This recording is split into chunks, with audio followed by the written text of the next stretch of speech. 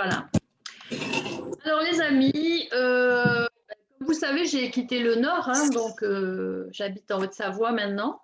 Donc je travaille beaucoup sur Zoom. Et ouais, c'est un outil que j'aime bien maintenant. Et je me suis dit, pourquoi pas proposer une post-formation Pilates avec tous les gens qui ont suivi des formations avec moi ou d'autres qui ont l'habitude de travailler peut-être en Pilates ou en Feldenkrais avec moi et qui sont soit éducateurs sportifs, pas forcément formés Pilates ou qui sont kinés ou voilà, et qui travaillent sur le mouvement et sur la façon de faire sentir aux gens leur corps. Parce que enseigner une technique, c'est bien. Apprendre cette technique au travers d'un répertoire, c'est bien aussi. Mais après, on se retrouve face à des gens qui ont tous des pathologies différentes, des corps différents.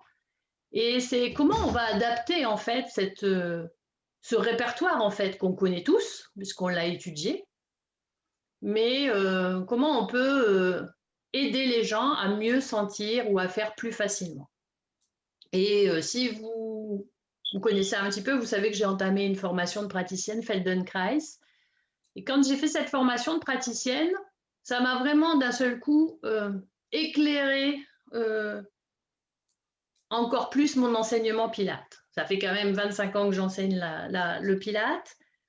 Je pensais voilà, maîtriser bien. Et puis, au travers du Feldenkrais, j'ai vraiment perçu ce que Pilates racontait dans son livre, Contrologie. Je ne sais pas si vous avez lu le livre de Pilates. Non? Oui. Non, mais on va avoir le temps. On va Pas eu avoir le le temps. temps. Pas eu le temps. Mais là, on va avoir le temps là. Voilà. Alors, franchement, je vous le conseille. D'accord? Il est sorti en français, donc c'est bien. Hein. Avant, il fallait le lire en anglais, et là, il est sorti en français. Dans ce bouquin, vous avez les deux livres qu'il a écrits. Il a écrit deux livres, hein, en 1934 et l'autre en 1945. Et que ce soit dans l'un ou dans l'autre, le premier, c'est plutôt un pamphlet sur on va dire la société allemande de l'époque. Et puis le second, c'est vraiment l'explication sur sa technique, sa méthode. Et quand je l'avais lu les premières fois, bon voilà, j'avais vu le répertoire comme il l'explicitait lui, ce qu'on en avait fait nous en le transformant dans les cours débutants, les cours intermédiaires, et puis en trouvant la routine avancée ensuite. Mais quand j'ai commencé le Feldenkrais, en fait, je me suis rendu compte des ponts et des liens qu'il y avait entre ces deux hommes. Alors malheureusement, ils ne se sont pas connus, mais franchement, je pense que ça aurait été un régal pour nous si ces deux gars-là s'étaient rencontrés. Ils ont un peu le même profil et la même envie, en fait, d'améliorer la potentialité des gens. Moi, ça me parle parce que c'est ce que j'aime dans mon métier, j'aime enseigner et c'est ce que j'ai envie de faire. Et c'est ce que j'ai envie de faire, en fait, avec vous en vous proposant cette formation. Donc, l'idée que j'ai, c'est de reprendre le répertoire comme Pilates l'a présenté dans son livre, donc les 34 mouvements de la routine avancée, et de chercher, en fait, on va dire l'ABCD, ou quelles sont les actions qu'on peut mettre avant en place pour que les gens puissent faire ça plus facilement. Et donc d'étudier en fait vraiment le mouvement tel que son concepteur l'a vu, l'a conçu au départ, et qu'est-ce que ça induit dans le corps. Si je reprends le livre de Pilates, à un moment donné, il dit qu'est-ce que c'est la contrologie? Et il dit c'est l'équilibre entre le corps et l'esprit. C'est le contrôle conscient de tous les mouvements musculaires du corps. C'est la bonne utilisation et application des principes de levier régis par les os, formant la structure squelettique du corps. Et là, pour moi, ça, c'est déjà Feldenkrais. Puisque Feldenkrais, on travaille sur le squelette. Donc déjà, je me dis, wow, super. Donc ça veut dire que ce que je fais en Feldenkrais va pouvoir me servir en Pilates. Et comment je vais pouvoir faire sentir ça aux gens. Il dit également, c'est aussi une connaissance parfaite des mécanismes du corps et une compréhension approfondie des principes d'équilibre, de gravité, tels qu'appliqués au mouvement du corps en activité, au repos et durant le sommeil. Et donc, c'est de se dire, au regard de ça, quand je fais les exercices, ok, j'ai des connaissances anatomiques peut-être, etc. Mais comment je les mets en action après pour les faire sentir aux gens? Parce que c'est ça notre boulot. Et actuellement, comme on est beaucoup à donner les cours sur Zoom, parce qu'on ne peut plus voir les gens en vrai, ben comment on utilise en fait aussi notre regard, notre façon de voir fonctionner le corps et comment on peut percevoir ça chez l'autre. La première chose, c'est d'abord de sentir sur soi, à mon avis. D'accord? Et c'est pour ça que je veux mettre en place cette formation pour que vous puissiez vivre ça dans votre corps et que vous ayez la possibilité après de le faire vivre aux autres. Donc, je veux que ce soit une formation quand même très pratique. Salut Vanessa. Pas seulement théorique, mais vraiment pratique. Et donc, je voudrais le concevoir un peu comme ce soir. Ce serait donc le mercredi soir de 21h à 22h15 environ. On prendrait à chaque fois un sujet avec un élément du répertoire et on verrait tout ce que induit cet élément du répertoire et on travaillerait sur cette partie-là précise qui peut être, si je prends par exemple, si je prends le premier mouvement de la routine, le 100, il y a plein de choses dans le 100, il n'y a pas qu'une chose.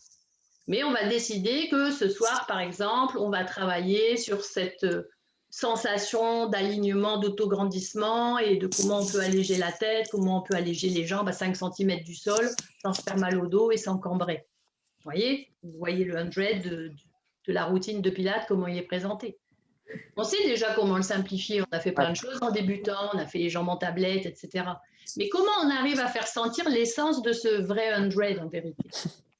Et on peut passer autrement que de la simplification de l'exercice pour avoir vraiment ce que lui cherchait, c'est-à-dire cet équilibre entre les fléchisseurs et les extenseurs.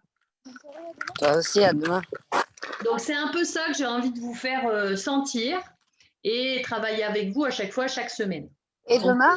Je voudrais travailler un peu sur différents Peut-être qu'il y a de la place, on fera maison.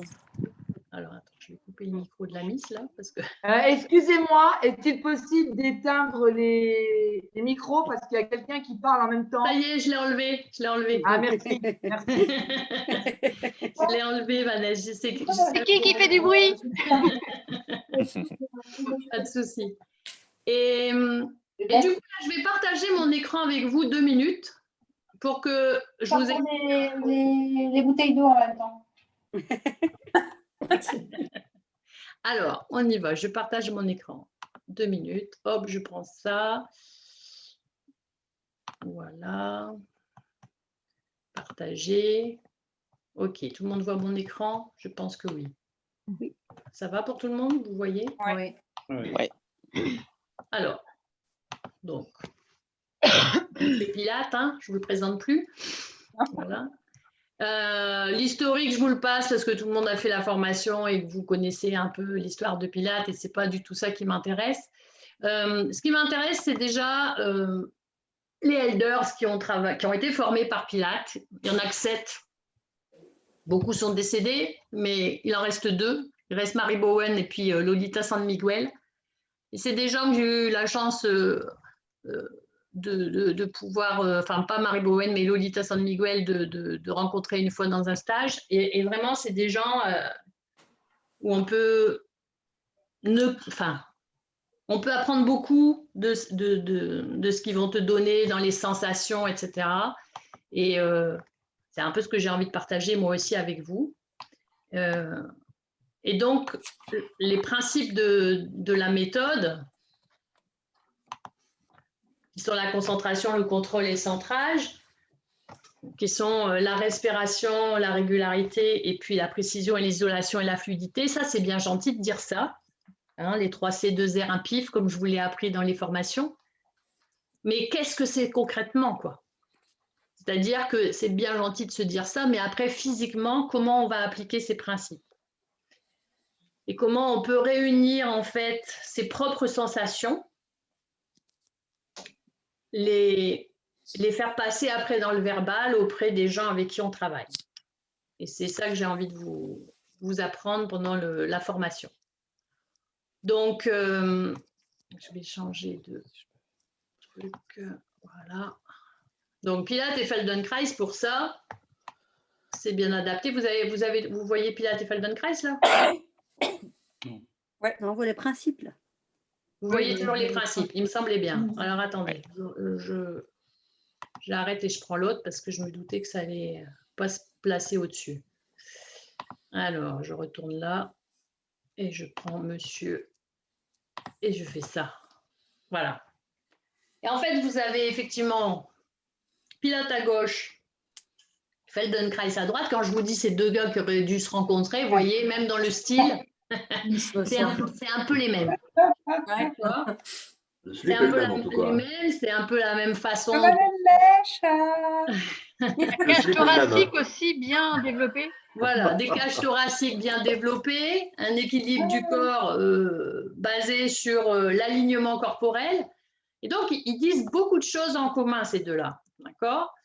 Alors, ils ne sont pas nés tout à fait au même moment, mais bon, ils avaient une petite différence d'âge quand même. Et ils ont écrit des livres tous les deux.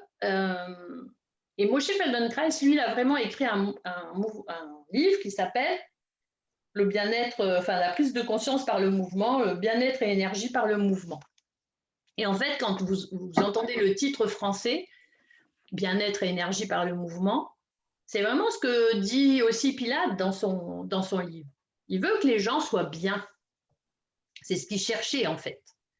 Et son plus grand regret, c'est qu'à la fin de sa vie, il n'ait pas été accepté à l'hôpital où il devait rentrer en fait, voilà, comme consultant. Et puis il y a des gens qui effectivement n'ont pas apprécié qu'il soit plutôt autodidacte et qu'il ait conçu une méthode qui marchait très très bien.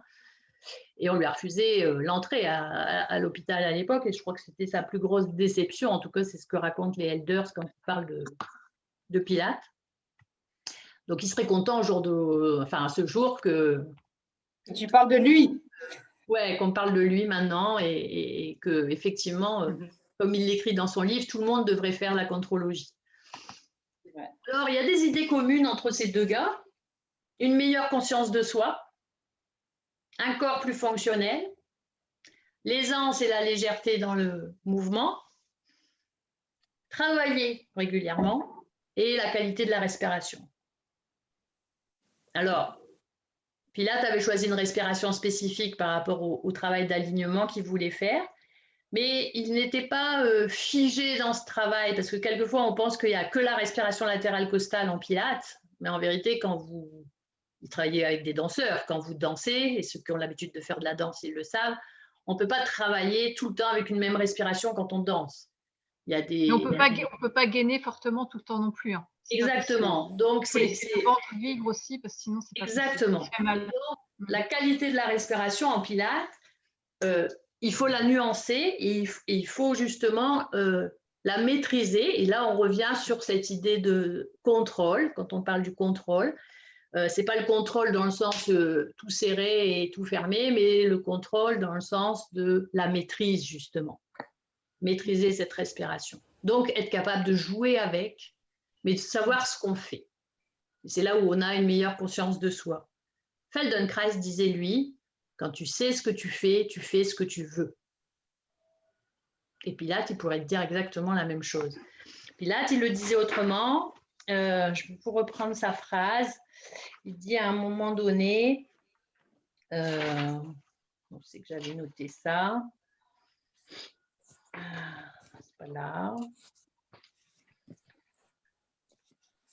Voilà, soyez certain d'avoir votre corps entier sous contrôle mental complet. Une bonne posture ne peut être adoptée avec succès que lorsque le mécanisme entier du corps est sous contrôle parfait.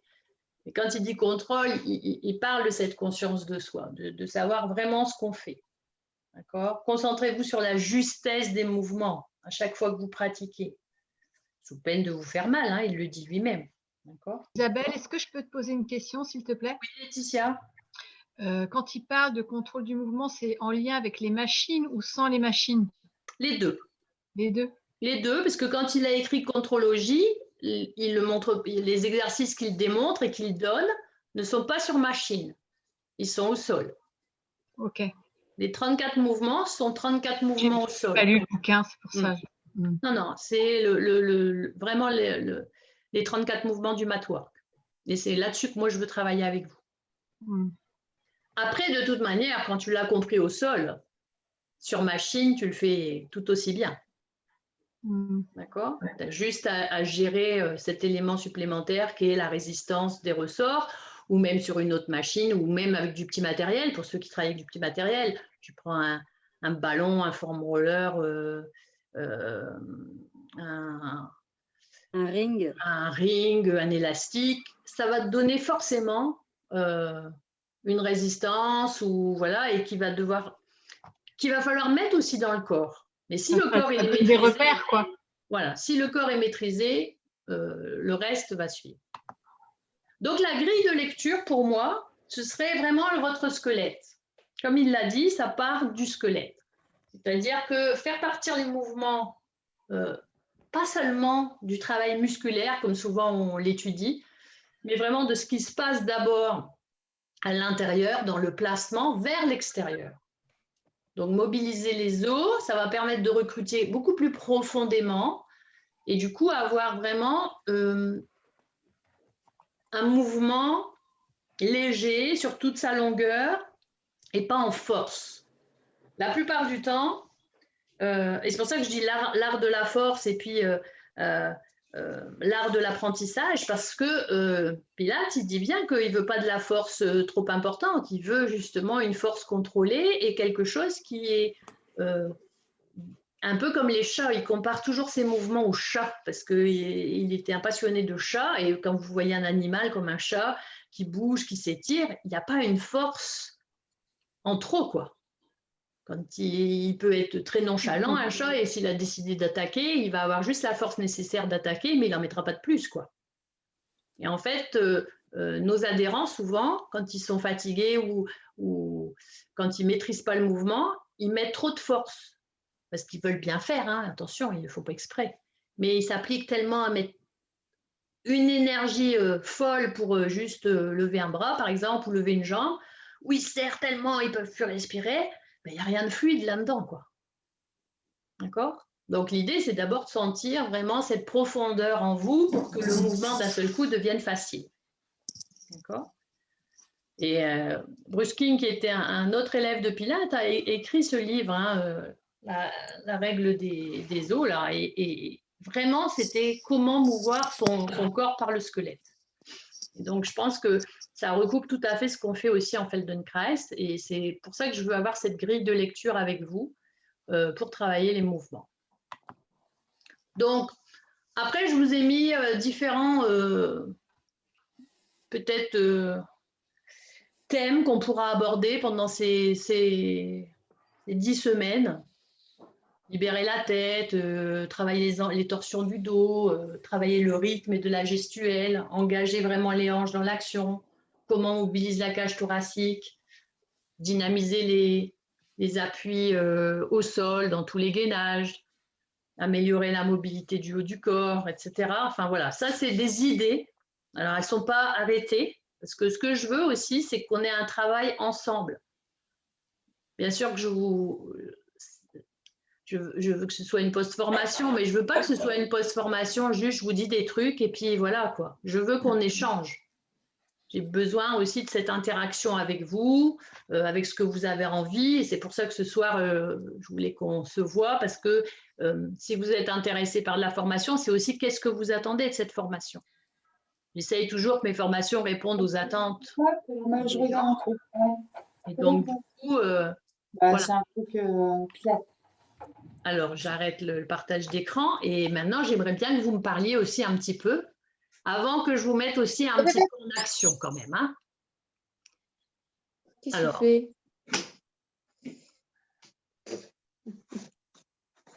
Moi, je trouve que c'est canon de mélanger le Feldenkrais et le Pilates, parce que tu sais que je fais du Qigong et en fait, avoir ce ressenti, c'est moins énergétique, hein, mais enfin, on ne parle pas d'énergie, mais on parle de mobilité du corps par le ressenti. Et je trouve que les deux sont hyper complémentaires. Et j'ai suivi des séances avec toi de Pilates et de Feldenkrais, et je vois que tu mélanges vraiment les deux. Et je trouve que c'est hyper complémentaire et je trouve ça top. Voilà. Merci Sophie. Bon, bah, j'y vais puisqu'il n'y a personne qui parle. Vas-y, c'est go.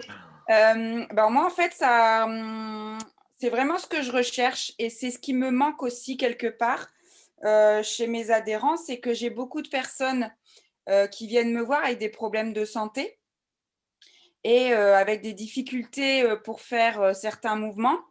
Et j'essaye de trouver une solution pour garder le même type d'exercice avec la même finalité sans leur créer de douleur ou de mal-être dans leur position. Et je trouve que le Feldenkrais et ce que tu expliquais de faire le lien entre les deux, ça permettrait vraiment de me trouver une solution, de leur trouver, de faciliter leur chemin à trouver pour avoir la bonne réponse et la bonne solution. Et moi, c'est vraiment ce que je recherche, c'est plutôt le côté soin aussi du Pilates et du Feldenkrais. Voilà. D'accord. Je suis entièrement d'accord avec ce qu'elle vient de dire. Et moi aussi, c'est ce qui me manque. Mais je pense que c'est partagé avec beaucoup de personnes. Après, sauf une personne qui exerce depuis 10 ans, j'imagine que l'adaptation, tout ça, elle l'a. Mais ouais, c'est les adaptations, c'est ce côté, en effet, sport santé avant tout. Et pourquoi pas, en effet, peut-être qu'un jour, ce sera prescrit, je ne sais pas. Mais voilà, quoi. Ça nous permettrait d'éviter ce confinement, de pouvoir aller bosser pour dire qu'on vient donner des cours à des gens qui ont besoin pour leur santé, clairement. Donc, c'est dans cet objectif-là. Moi, je viens de sortir la semaine dernière de 30 heures de formation complémentaire en yin yoga où on a été dans la précision et un petit peu plus dans la profondeur pour la respiration, notamment, sur 2 jours. On a travaillé aussi les fascias et c'était super intéressant, justement, d'aller un petit peu plus loin et je me suis fait la remarque que la respiration, il y en a plein qui ne savent pas comment ils respirent. On est tellement à courir partout et qu'au final, c'est tellement, mais super important et la base de tout, quoi. Et je trouve que c'est bien d'amener ça comme ça. Moi, je suis contente de pouvoir faire ça. D'accord. Moi, je trouve ça super, enfin intéressant, super, je ne sais pas encore, mais intéressant pour avoir fait, connaître un petit peu les deux approches. La première fois, j'ai fait ma formation avec toi en Pilates et Feldenkrais, que j'ai trouvé très intéressante parce que je pratiquais déjà le Feldenkrais. Il y a un bruit de fond là qui est. Ouais, c'est pas ouf. Qui regarde sa télé en douce. Tu peux mettre tout en sous vide. C'est fini, Macron, c'est fini. Ah ben, c'est pas moi. Il y a du bruit à côté, alors je vais essayer de. Je pense que c'est bon. Ouais. Et donc, je trouve l'approche Feldenkrais intéressante et en fait, ça poursuit un cheminement de pensée que j'ai. C'est-à-dire que là, j'arrive à un stade, mais moi, en tant que prof, en fait, instructrice, c'est-à-dire que je me rends compte que j'ai rebondi un peu tout à l'heure sur le gainage parce que je me rends compte que moi-même, je ne sais pas gainer. C'est-à-dire que je ne maîtrise pas mon gainage correctement. Je croyais, mais non. Voilà. Et du coup, ce qui m'intéresse dans cette approche Feldenkrais, qui est donc plus en lien avec le squelette, donc le mouvement. Feldenkrais, c'est aussi le mouvement et c'est musculaire. Mais comment avoir un phénomène, je dirais peut-être d'accordéon avec le gainage.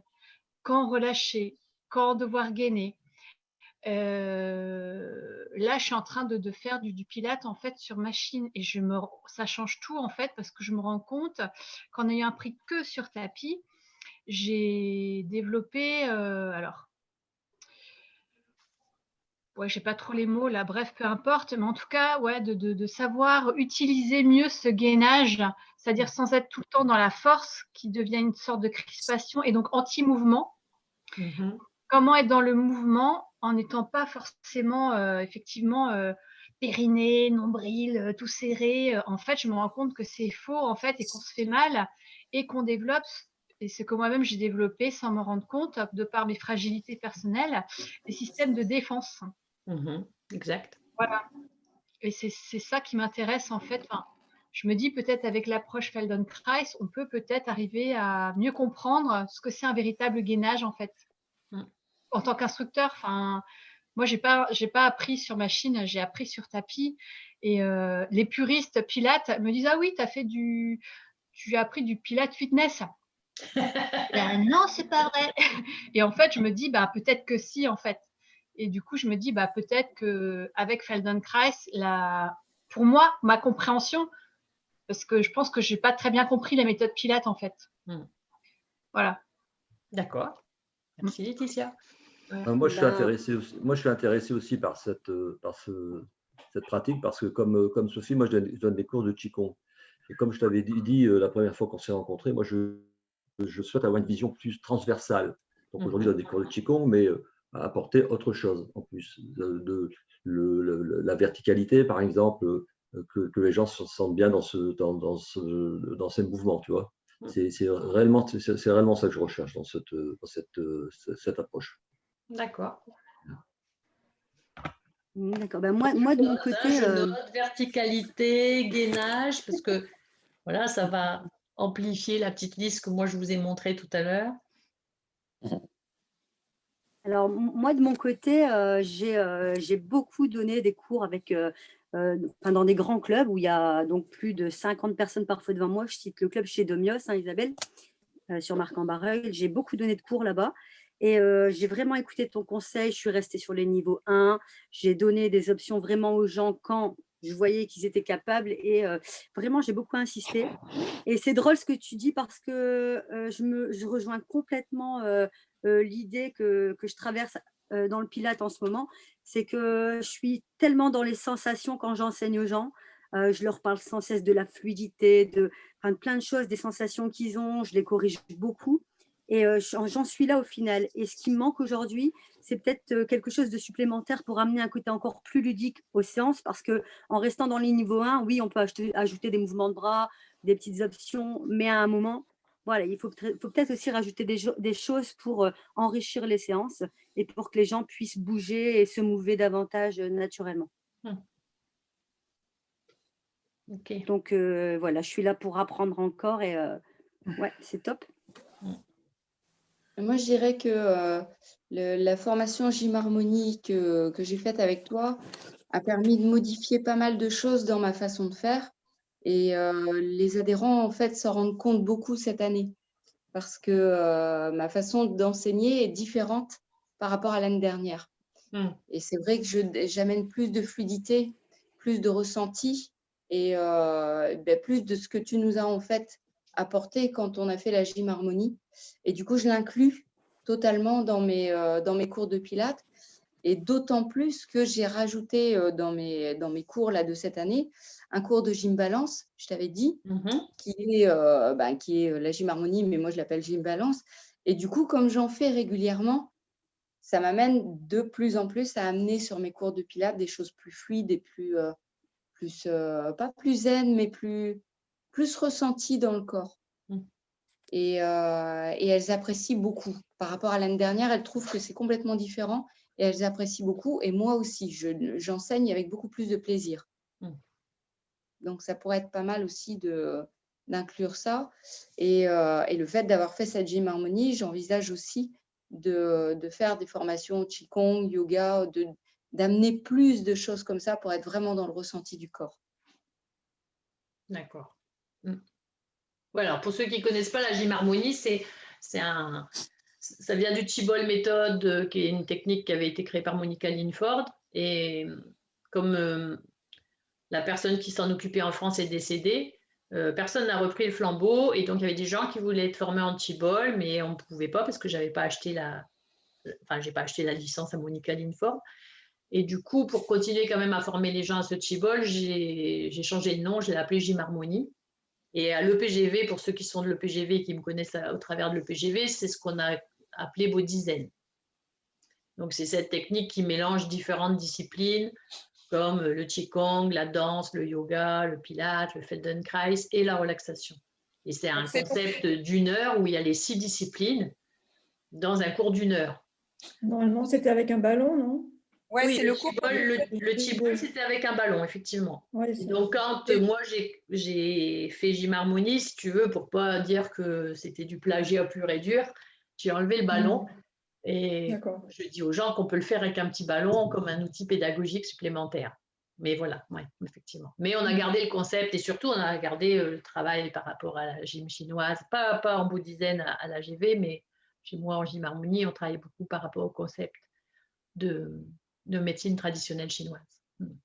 C'est mélanger les méthodes ou c'est séquencé sur une séance? Non, c'est mélangé. Enfin, c'est mélangé. Il y a une programmation, si tu veux. Tu commences souvent par du Qigong et puis tu vas aller vers la danse. Mais la danse, elle peut se mélanger avec le Qigong. La danse va pouvoir se mélanger avec le yoga.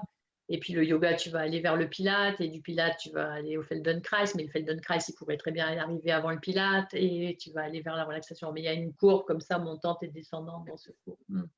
Voilà. Et donc, c'est un peu aussi une technique qui permet effectivement déjà de rentrer dans un travail de ressenti plus important. Donc, quand on fait du Pilate dans ce cours-là, c'est du Pilate de niveau 1 déjà. Mais c'est surtout pareil, travailler sur les bases et sur l'ABCD des sensations à avoir pour faire les mouvements. Donc après, si on a une clientèle qui a l'habitude de faire du Pilate, on pourra peut-être pousser les gens à faire du Pilate un peu plus élevé. Mais comme ce n'est pas un cours de Pilate, il y a des gens qui viennent qui n'ont jamais fait de Pilate de leur vie. Et donc l'idée, c'est plus qu'ils soient dans justement l'essence de ce qu'est le Pilate. On utilise l'essence de chaque discipline, puisqu'on ne fait pas la discipline à part entière. Ouais, tu choisis tes curseurs. Voilà, on utilise l'essence même de ce qu'on doit essayer de faire sentir. Après, pour qu'ils aient envie, comme elle dit Marie-Cécile, maintenant, j'ai envie d'aller faire du yoga ou j'ai envie d'aller faire du Qigong parce que j'ai envie d'en savoir plus. L'idée, c'est d'ouvrir les gens à d'autres disciplines. Voilà. D'autres choses ou je vous mets en action, les amis?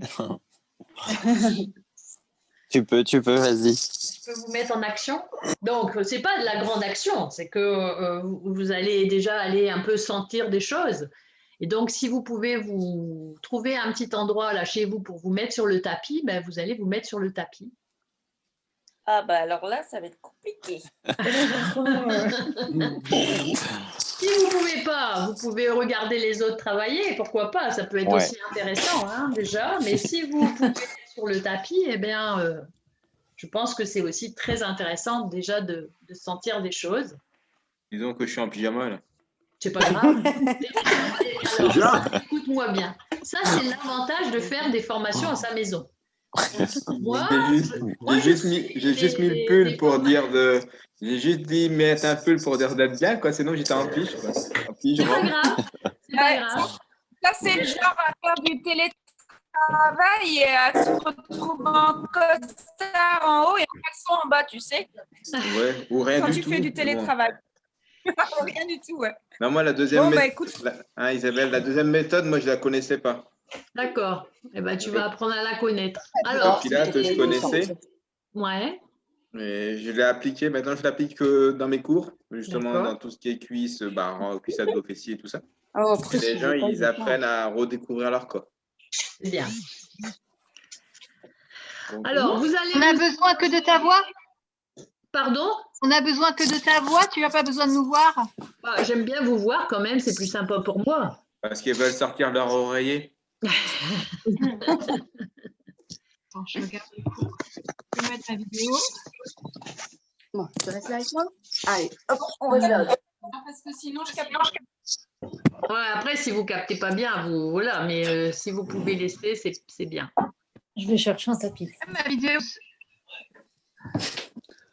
vidéo est bloquée. Comment ça, ta vidéo est bloquée? Qu'est-ce qui me dit ça?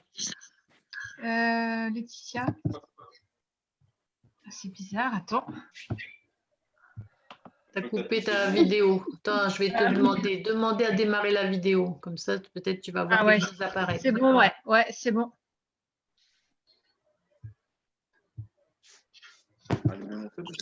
Ah non, c'est coincé. C'est bloqué.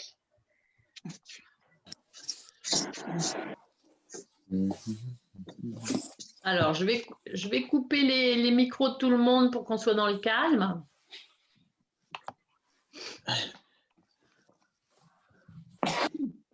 Et tous, hop. Ben, j'ai pas...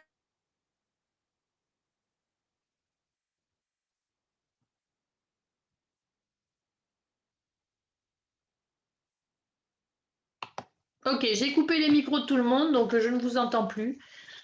Si vraiment il y a quelque chose de grave, vous me faites des grands signes. Mais sinon, sinon restez, allongez-vous sur le sol. Prenez le temps de vous allonger. Et quand vous allez être allongé sur le sol, ce serait bien de percevoir vraiment l'ensemble de votre corps.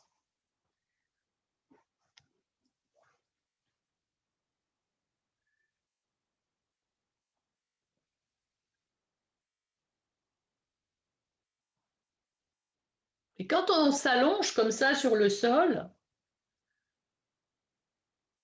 quelle partie de votre dos apparaît en premier dans la sensation que vous percevez? Et je n'ai pas besoin de vos réponses pour l'instant, on en parlera tout à l'heure, mais vous pouvez vous répondre.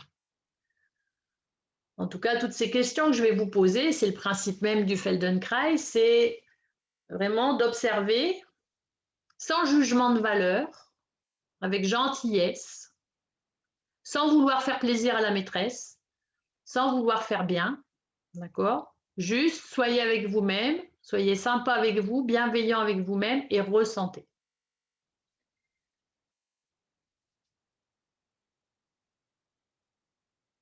Et tout en étant là, en train d'observer quelle partie de votre dos apparaît en premier dans la sensation, cherchez à étendre davantage cette zone pour élargir la sensation de vos appuis à une plus grande surface si vous le pouvez.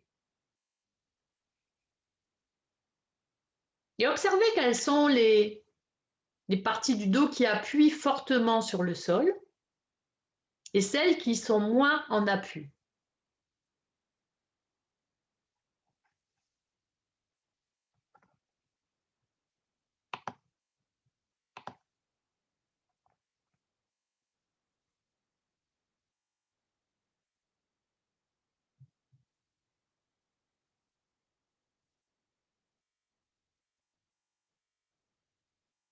Et peut-être que vous allez sentir des zones qui sont fortement sur le sol, d'autres qui ont un contact, mais un contact plus léger.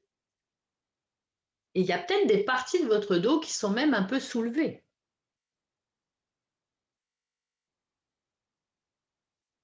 Et sans rien modifier à ça, maintenant, observez votre respiration.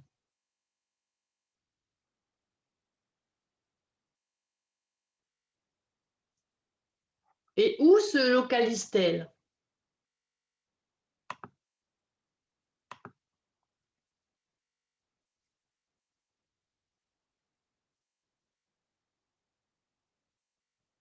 Est-ce qu'elle est sur l'avant du corps?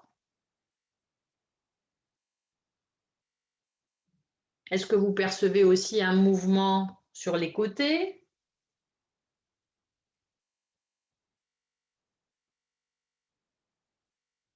Est-ce que vous percevez un mouvement entre les aisselles?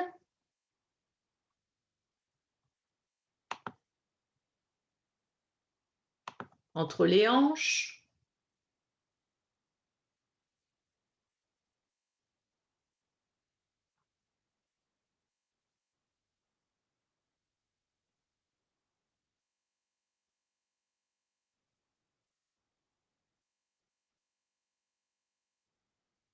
Puis portez votre attention sur la région correspondante dans votre dos.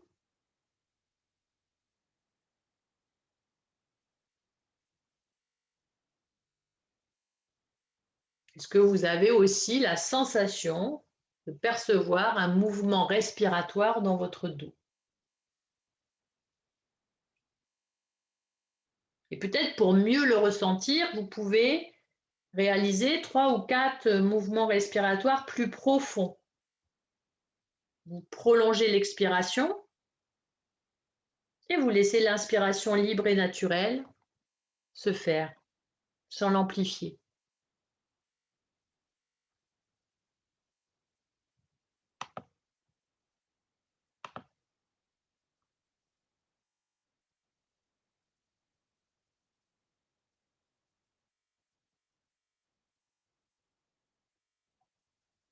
Et du coup, quand vous amplifiez comme ça votre respiration, comment vous ressentez sur l'avant, sur les côtés et sur l'arrière du dos.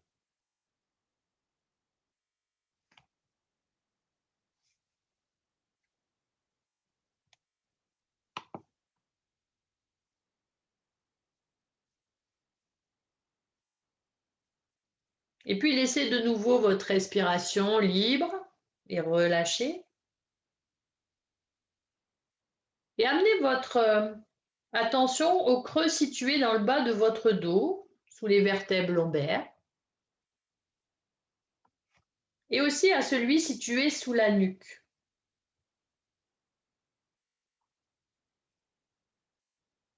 Et pour chacune, ou pour chacun de ces creux, ou pour chacune de ces courbes, en fait, observez à la fois la longueur,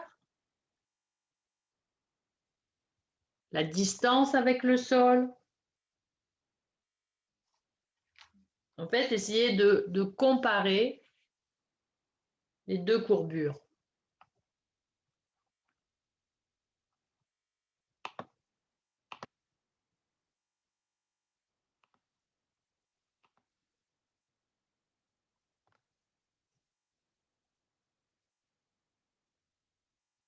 Et puis, très tranquillement, pliez vos jambes de façon à mettre vos pieds à plat sur le sol. Écartez à la largeur des hanches. Et sans force inutile, roulez seulement vos hanches un petit peu vers l'avant pour creuser un peu plus le creux lombaire.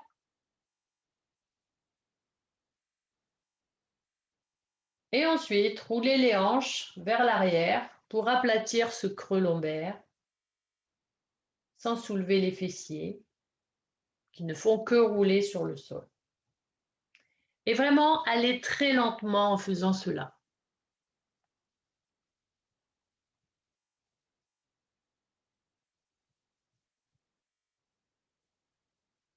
Et en fait, percevez à chaque fois les modifications quand vous faites ça.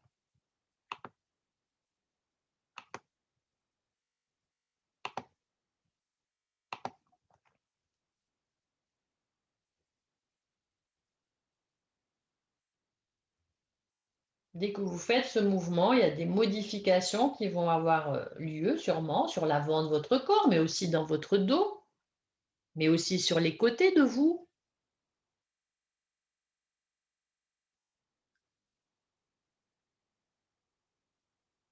Et à chaque fois, revenez dans votre position initiale, votre position qui était votre position neutre pour vous.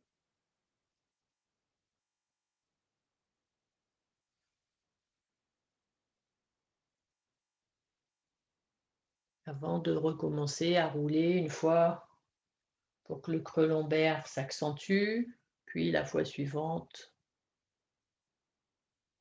pour qu'il s'enfonce un peu plus dans le sol.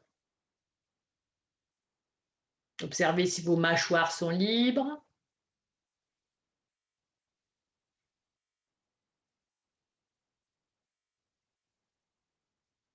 Et puis laissez ça quelques instants.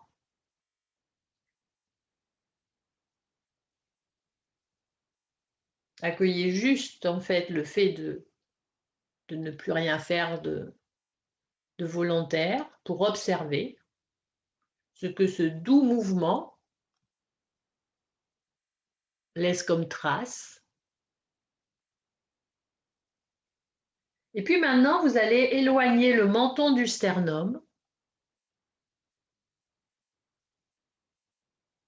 et le rapprocher. Et quand vous le rapprochez un petit peu plus que la position de départ, mais sans soulever la tête du sol.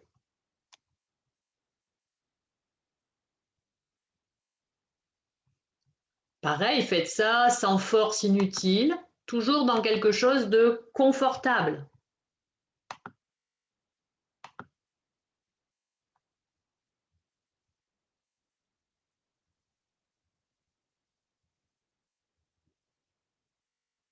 Et vous sentez du coup que ça se modifie au niveau de l'appui à l'arrière de la tête. Et observez la modification au niveau du creux de votre nuque par rapport au sol.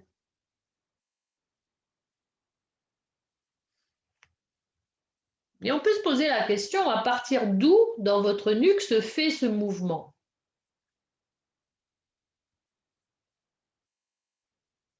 Est-ce que c'est plutôt vers la ligne des épaules ou c'est en liaison avec le crâne? Et est-ce que vous avez l'impression de faire un mouvement fluide ou est-ce qu'il y a quelques petits crans que vous sentez qui passent par là? Ou est-ce que vous arrivez à avoir un mouvement fluide? Et toujours essayer de rester dans quelque chose d'aisé, de facile. Et essayez de percevoir vraiment l'amplitude, aussi bien quand vous éloignez que quand vous rapprochez le menton du sternum.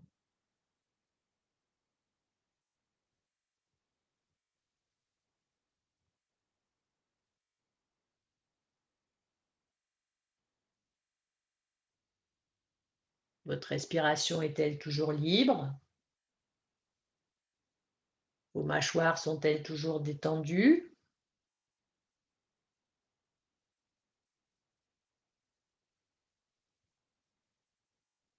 Et quand vous faites ce mouvement, que percevez-vous du reste de votre corps?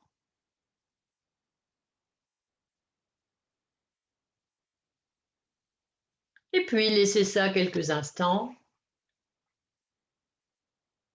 et observez la trace qui reste de ce doux mouvement de la nuque.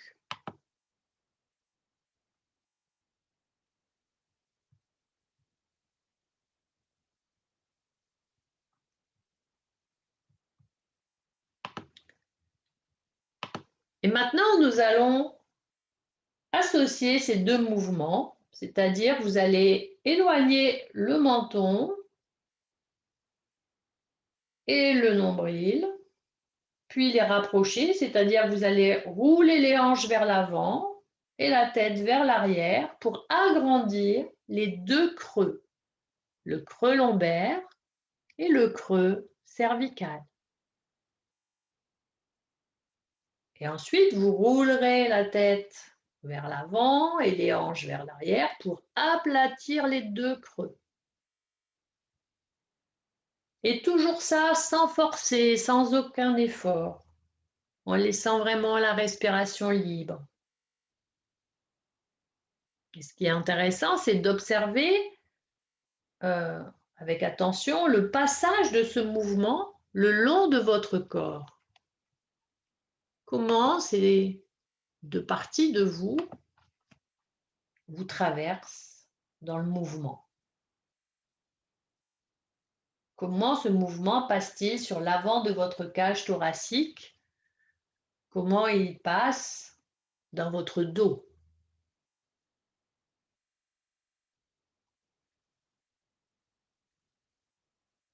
On peut poser la question autrement, c'est est-ce que pour vous c'est un seul et unique mouvement ou c'est bien deux mouvements séparés avec une partie du corps qui serait un peu immobile ou moins mobile?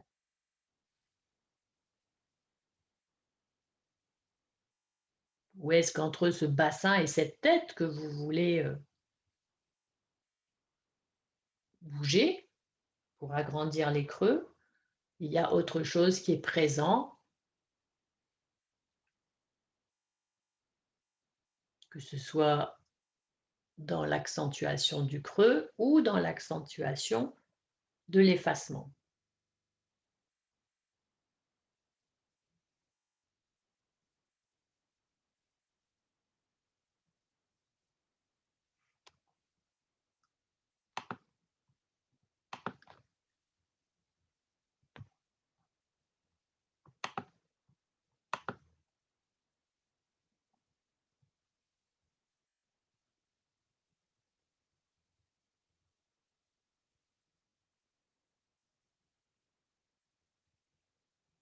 Et puis, allongez vos jambes.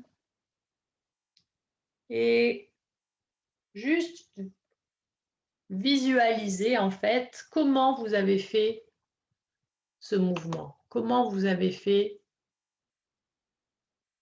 tout ce que je vous ai demandé. Quelle partie de votre squelette était impliquée dans cette histoire-là?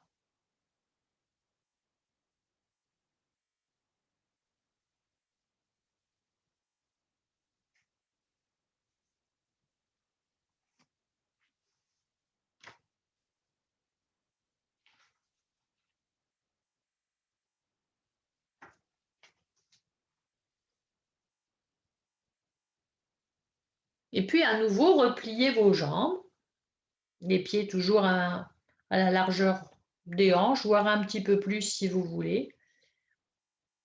Rapprochez vos deux genoux l'un de l'autre en pivotant un peu dans vos pieds. Puis ramenez les genoux dans la position initiale. Donc vous faites ces petits allers-retours, hein, vos genoux qui se rapprochent, vos genoux qui s'éloignent. Et tandis que vous êtes en train de faire ça, continuez en les guidant par votre abdomen qui sort pour rapprocher les genoux, puis qui rentre pour les écarter. Et essayez vraiment d'aller de plus en plus lentement par l'abdomen pour vraiment observer la relation qui existe entre le mouvement de votre abdomen et celui de vos genoux.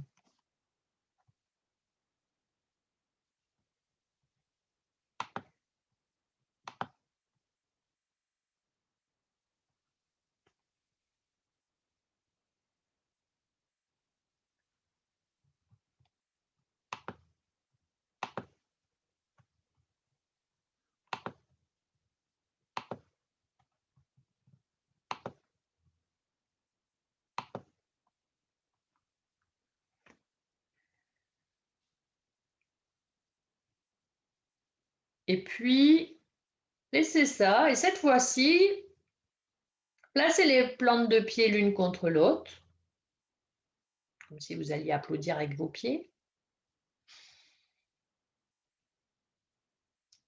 Et dilatez aussi l'abdomen pour écarter les genoux. Puis rentrez votre abdomen pour rapprocher vos genoux. Et faites ça aussi très très lentement. Donc c'est plus petit parce qu'on n'est pas obligé de les remonter jusqu'au plafond. On a les pieds l'un contre l'autre. Et juste en jouant avec l'abdomen, on va sentir les genoux qui vont sûrement aller l'un vers l'autre dans la fermeture ou s'écarter un peu plus.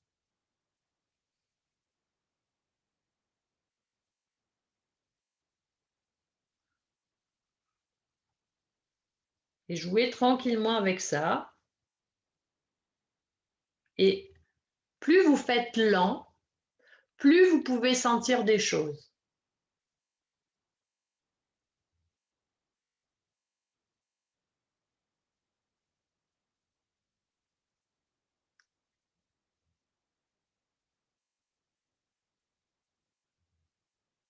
Donc, les genoux s'écartent quand l'abdomen se dilate, l'abdomen rentre et on sent les genoux qui remontent un peu.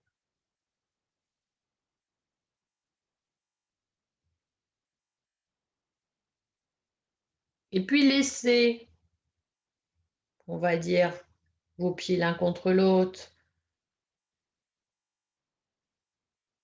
et les hanches ouvertes dans une position confortable. Et simplement soulevez doucement la hanche droite pour rouler vers la gauche. Puis soulevez la hanche gauche pour rouler vers la droite, très progressivement.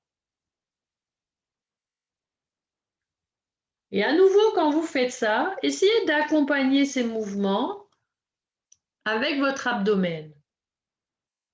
Votre abdomen va sortir dans la direction où vous tournez.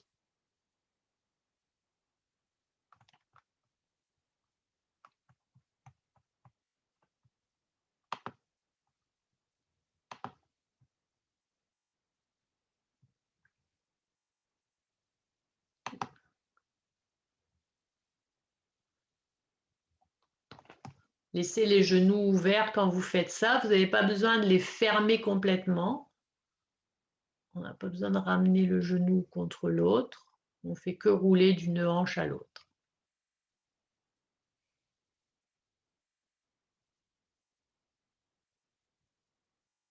Et puis, allongez les jambes, détendez-vous. Laissez ça quelques instants.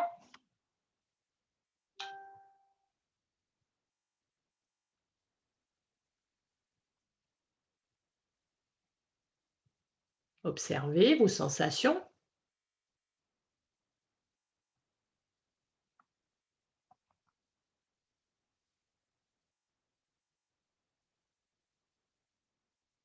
Essayez de vous rappeler comment vous avez réussi à diriger vos hanches dans les 4 directions, c'est-à-dire vers l'avant, vers l'arrière, vers la droite et vers la gauche. Et vous allez replier vos jambes, remettre les plantes de pied l'une contre l'autre. Et vous allez chercher par un mouvement circulaire à réunir ces 4 directions. En avant, à droite, en arrière et à gauche. Et essayez de diriger ces cercles à partir de votre abdomen, à partir de cette courbe lombaire.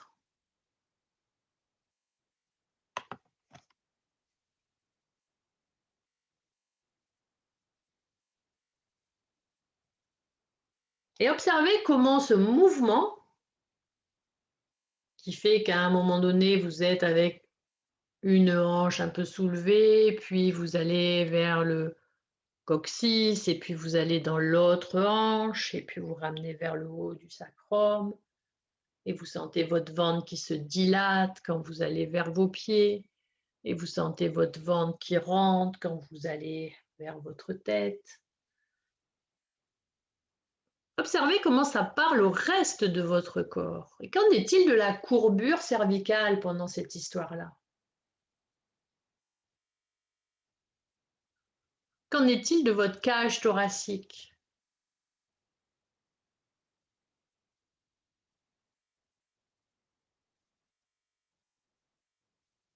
Qu'en est-il de votre sternum?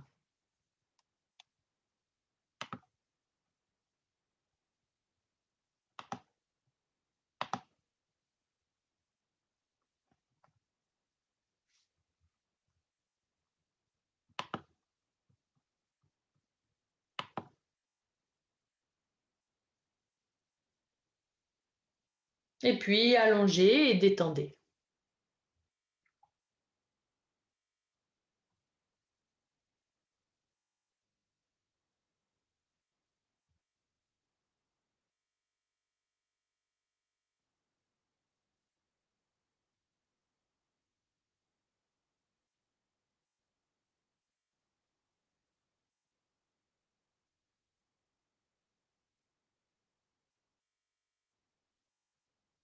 Observez votre respiration maintenant. Comment elle apparaît à l'avant de vous, sur les côtés de vous, à l'arrière de vous.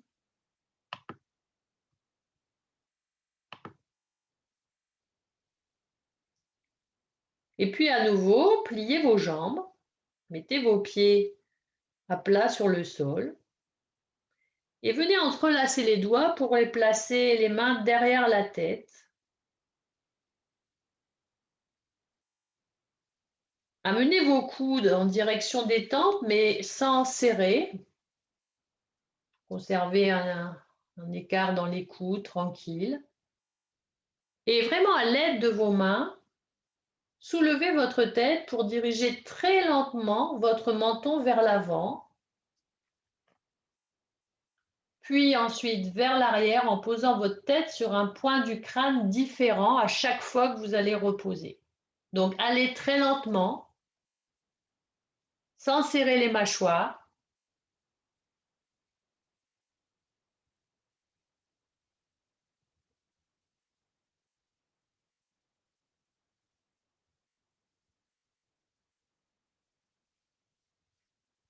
Vous laissez se diriger le menton vers l'avant. Puis quand vous allez avec le menton vers l'arrière, vous essayez de poser à chaque fois à un endroit un peu différent.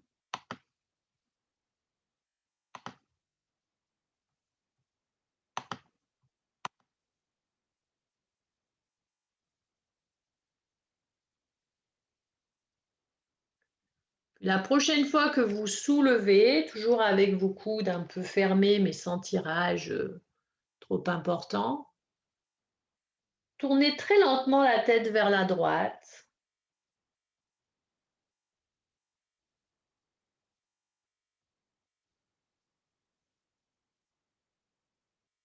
Et ensuite vers la gauche. Et prenez vraiment le temps d'observer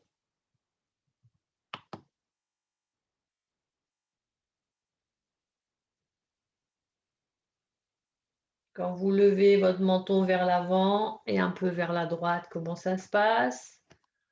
Quand vous levez votre menton vers l'avant et un peu vers la gauche, comment ça se passe et à quel niveau de votre nuque se fait le mouvement. Quelle amplitude avez-vous? Et même chose, ne forcez jamais.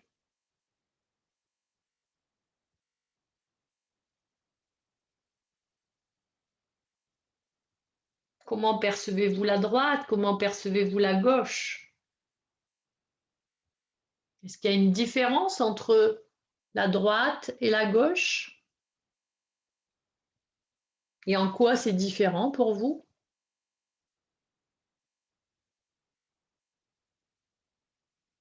Est-ce que vous respirez toujours très librement?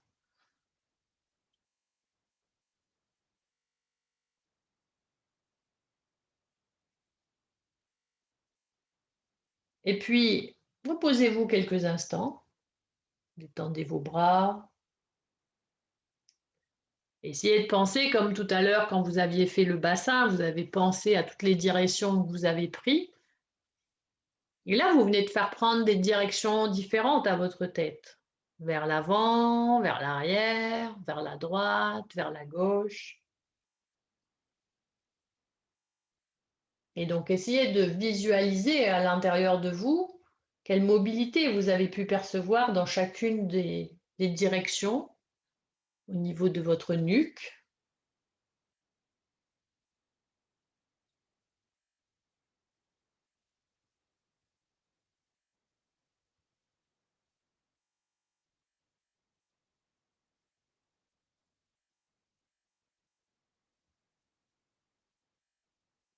Et puis replacez vos mains derrière la tête, entrelacez vos doigts, mettez votre tête dans le hamac des mains.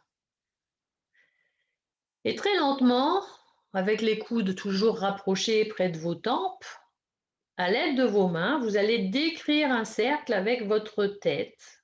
Donc vous allez soulever très légèrement le menton vers l'avant et puis vous allez continuer les cercles et observer quelle partie de votre nuque est impliquée dans chaque partie du cercle.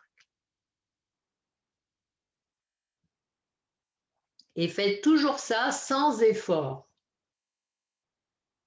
Vous pouvez ensuite, quand vous commencez à observer d'une certaine manière votre cercle, vous savez où vous êtes dans le cercle et ce que vous faites, vous pouvez varier l'amplitude. Vous pouvez commencer à varier l'amplitude.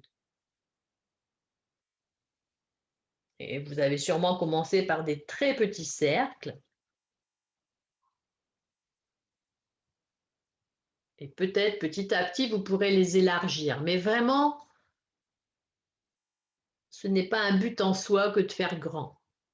Mais au contraire, plus vous faites petit, plus vous êtes dans votre sensation, dans la lenteur,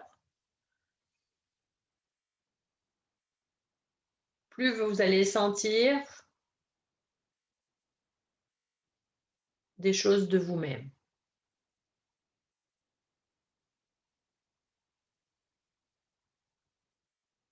Quelle est la partie la plus facile du cercle? Quelle est la partie qui nécessite un peu plus d'attention chez vous? que ce soit dans un sens ou dans l'autre. Vous pouvez bien sûr changer le sens des cercles.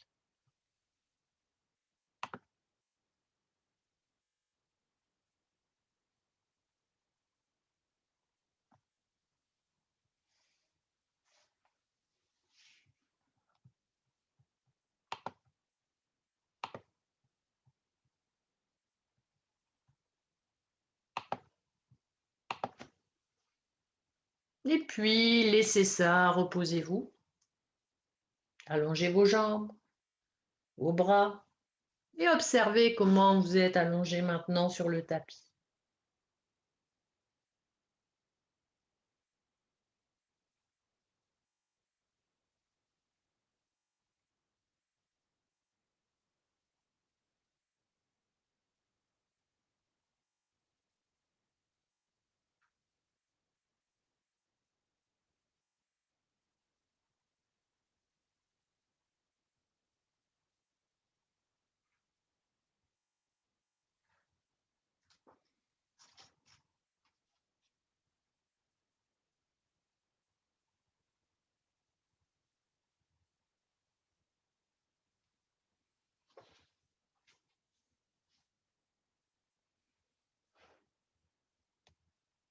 Et puis à nouveau, repliez vos jambes, mettez les plantes de pied l'une contre l'autre en laissant les genoux s'ouvrir très naturellement.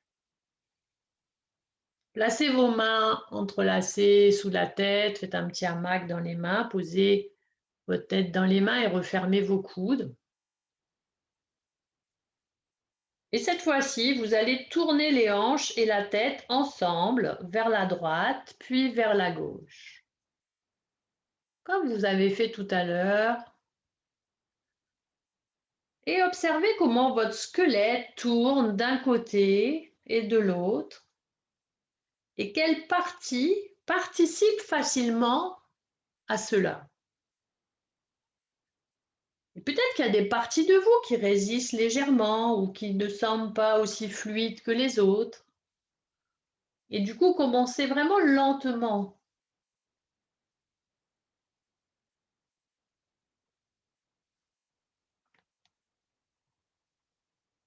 Et peut-être ce que vous pouvez faire maintenant, c'est d'abord de commencer par les hanches, comme pour créer un petit décalage avec le haut du corps.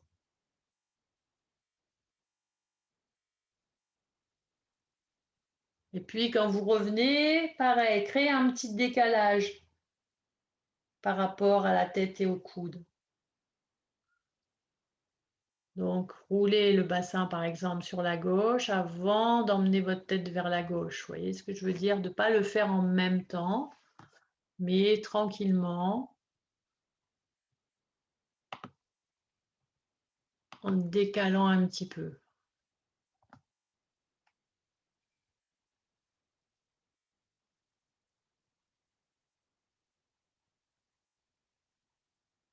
Quand vous décalez comme ça, vous pouvez observer justement comment une partie peut en entraîner une autre et par quel chemin. Et puis la prochaine fois, peut-être vous pourrez faire l'inverse. Prenez un petit instant de repos et imaginez maintenant que vous allez commencer par la tête et les coudes. Et après, vous tournez les hanches. Et essayez donc d'espacer l'espace d'action qui existe entre le haut et le bas du corps. Ce qui vous permet de voir quelle partie de votre squelette suit le haut du corps et quelle partie bouge avec les hanches. Et plus vous allez travailler lentement, plus ça va vous permettre de sentir ça.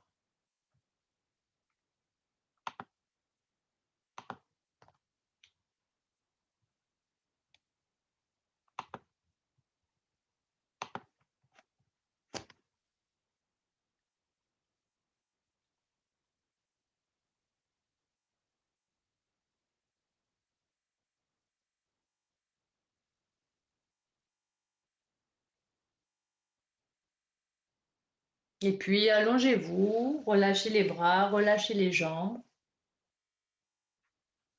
Et observez à nouveau votre dos sur le sol. Et comment le dos est sur le sol maintenant?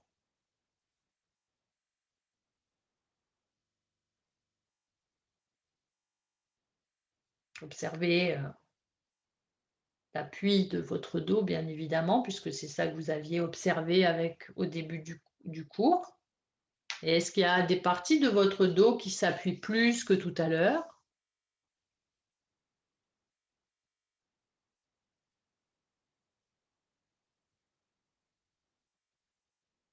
Observez votre respiration.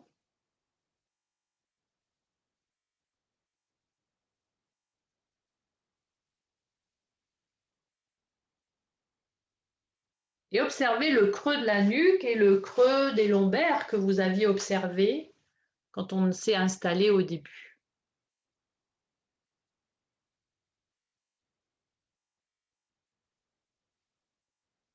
Et très tranquillement, repliez vos jambes, vos pieds à plat sur le sol.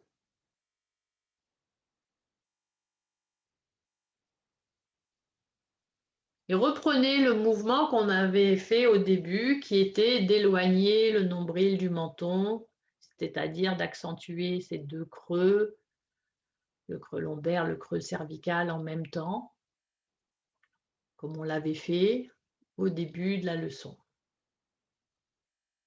Quand le bassin partait pour creuser les lombaires, le menton s'éloignait du sternum pour creuser les cervicales, puis on ramenait le menton vers l'avant pour basculer le bassin, pour coller un peu plus les lombaires sur le sol.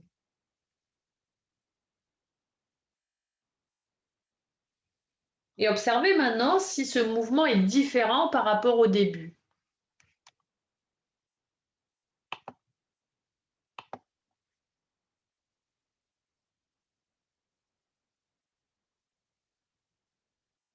Est-ce que c'est différent dans l'amplitude? Est-ce que c'est différent dans la fluidité? Est-ce que vous en avez juste une meilleure perception? Et comment il passe en fait ce mouvement tout au long de votre corps?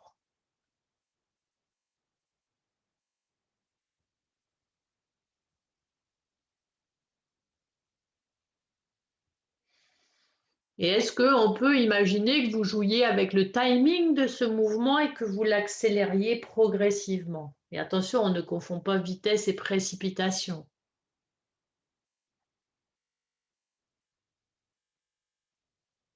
Et ce mouvement passe-t-il par l'ensemble de votre dos?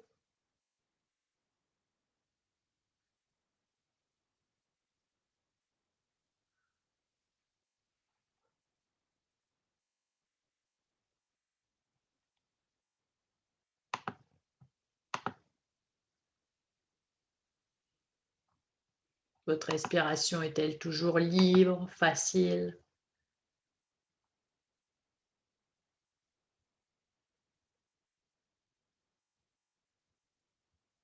Et puis, laissez ça. Prenez le temps de vous allonger, d'accueillir vos sensations.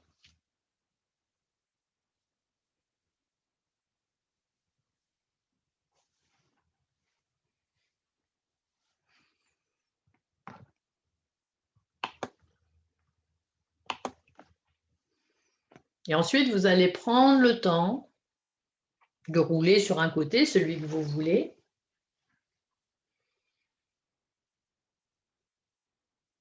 Pour vous asseoir, puis vous mettre debout. Mais prenez le temps de le faire, ne vous précipitez en rien. Et quand vous serez debout, observez votre bassin et votre tête.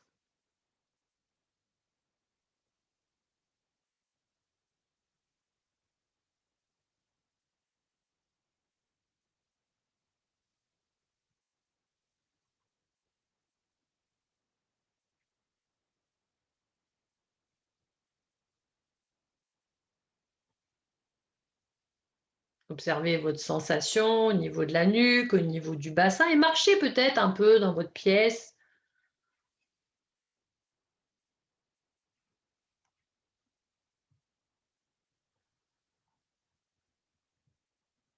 en observant ce que vous avez envie d'observer, pour être dans vos sensations, justement.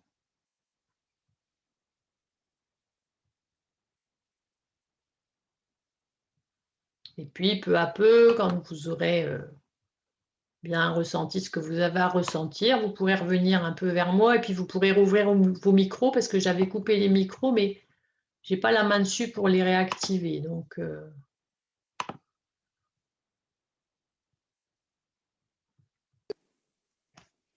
vous ouvrirez vos micros tout seuls comme des grands. En bas à gauche, normalement.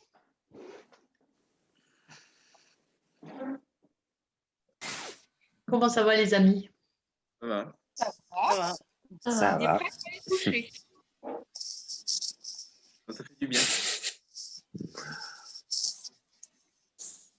Trop bien.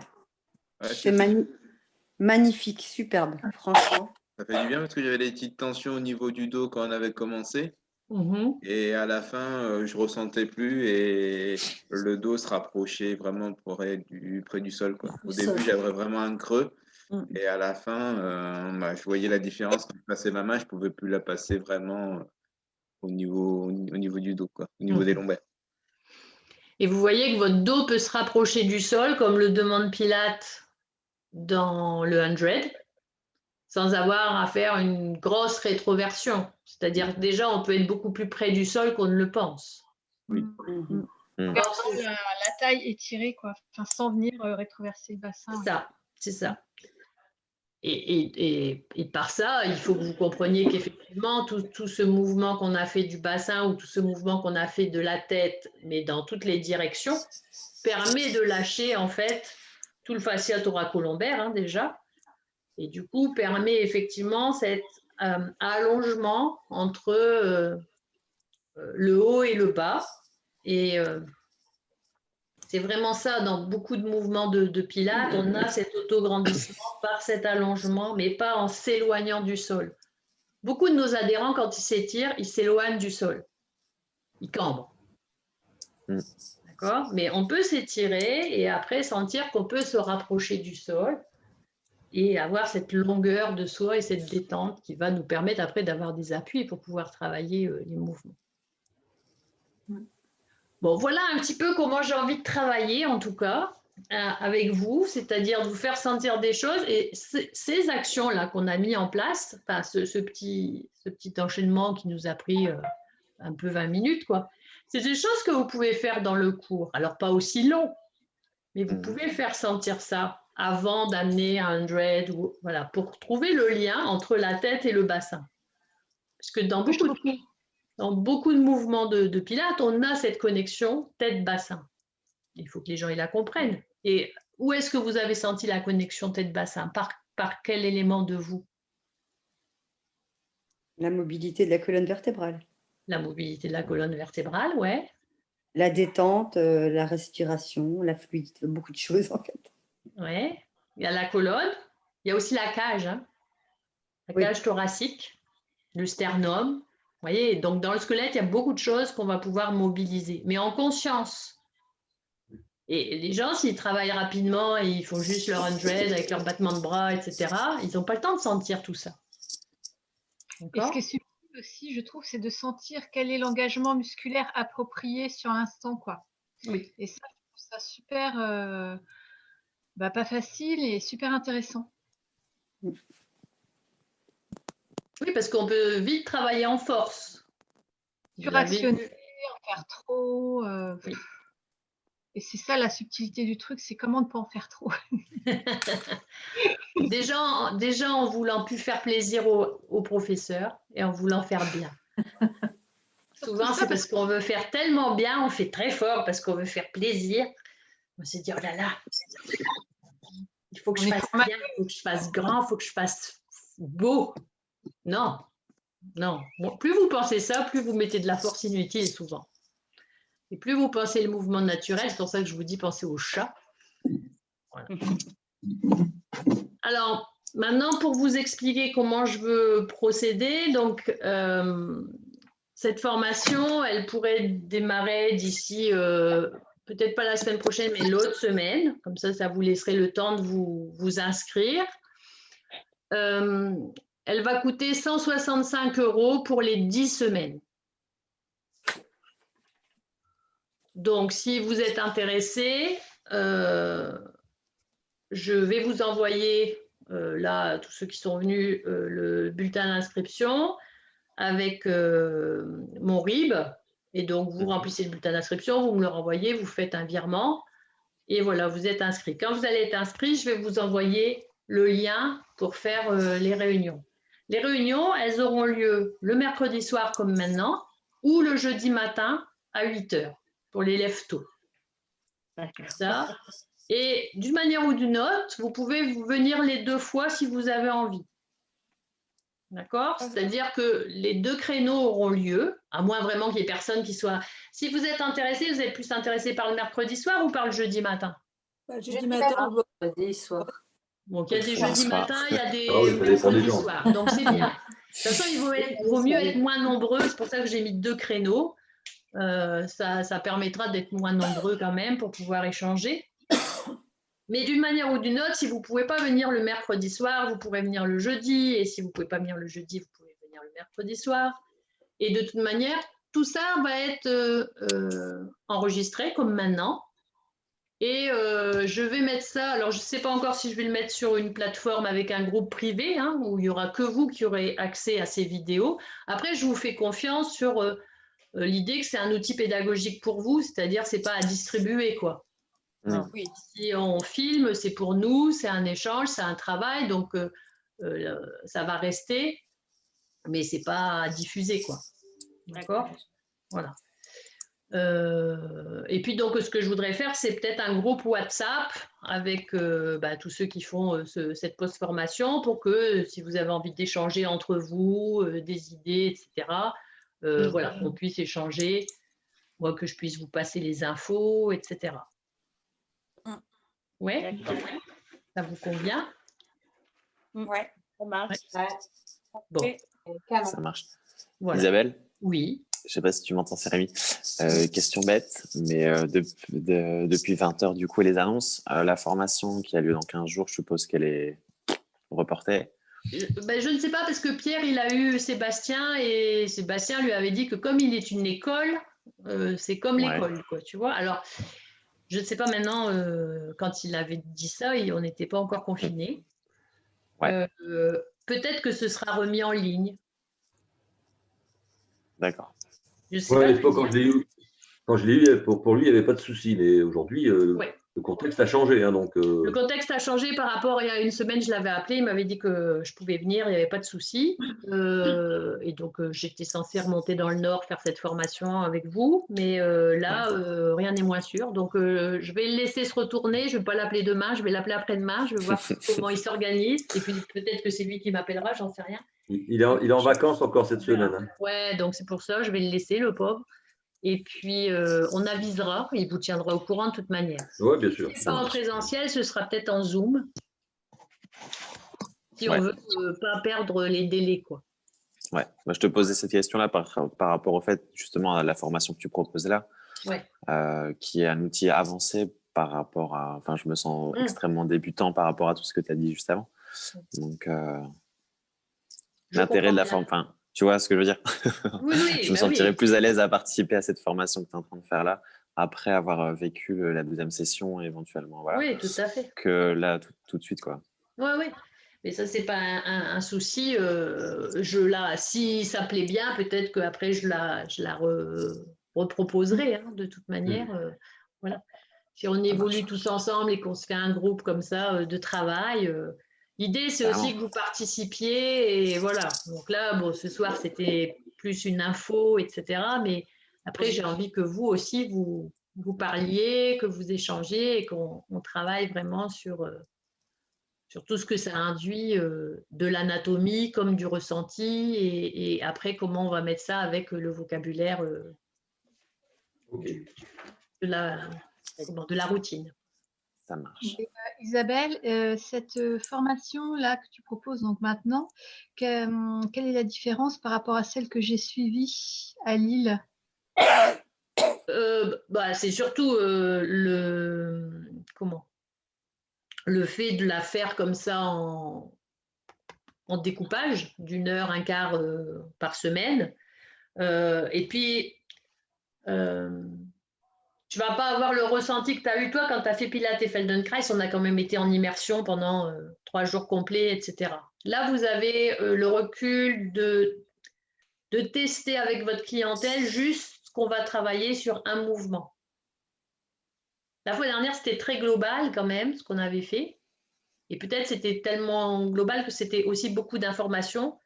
Et là, on va essayer à chaque fois d'être très spécifique pour que d'une semaine à l'autre, vous puissiez partager vos expériences entre vous aussi, si vous avez pu le faire. Alors bon, le problème, c'est que voilà, aujourd'hui, on nous annonce qu'on est confinés, donc je suis un peu déçue parce que vous n'allez pas forcément avoir des élèves en présentiel nécessairement, mais peut-être en Zoom, ou voilà, ou peut-être que vous arriverez à faire des coachings. C'est toute la difficulté du bazar, quoi.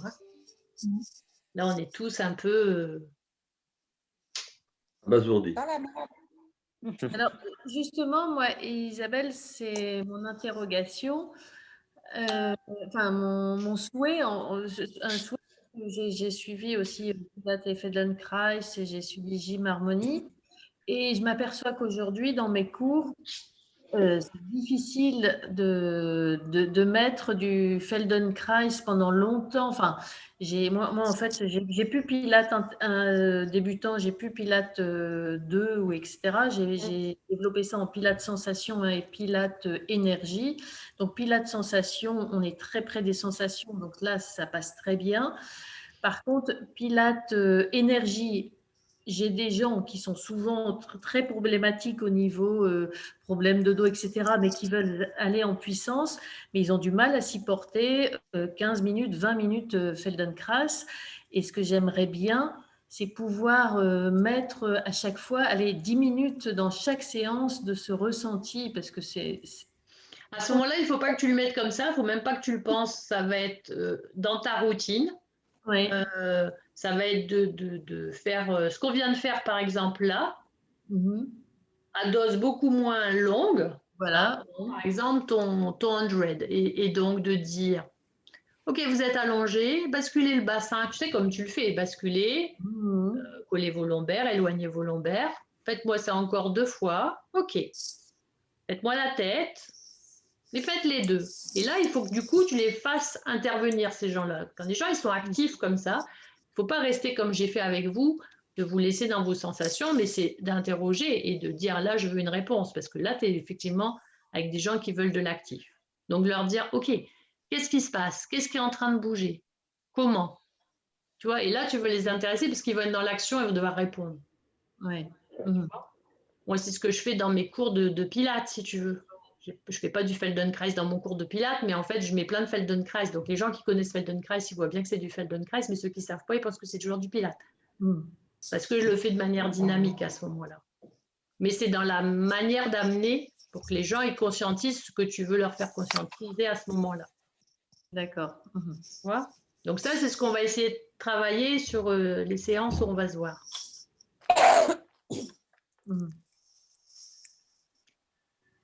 Voilà les amis.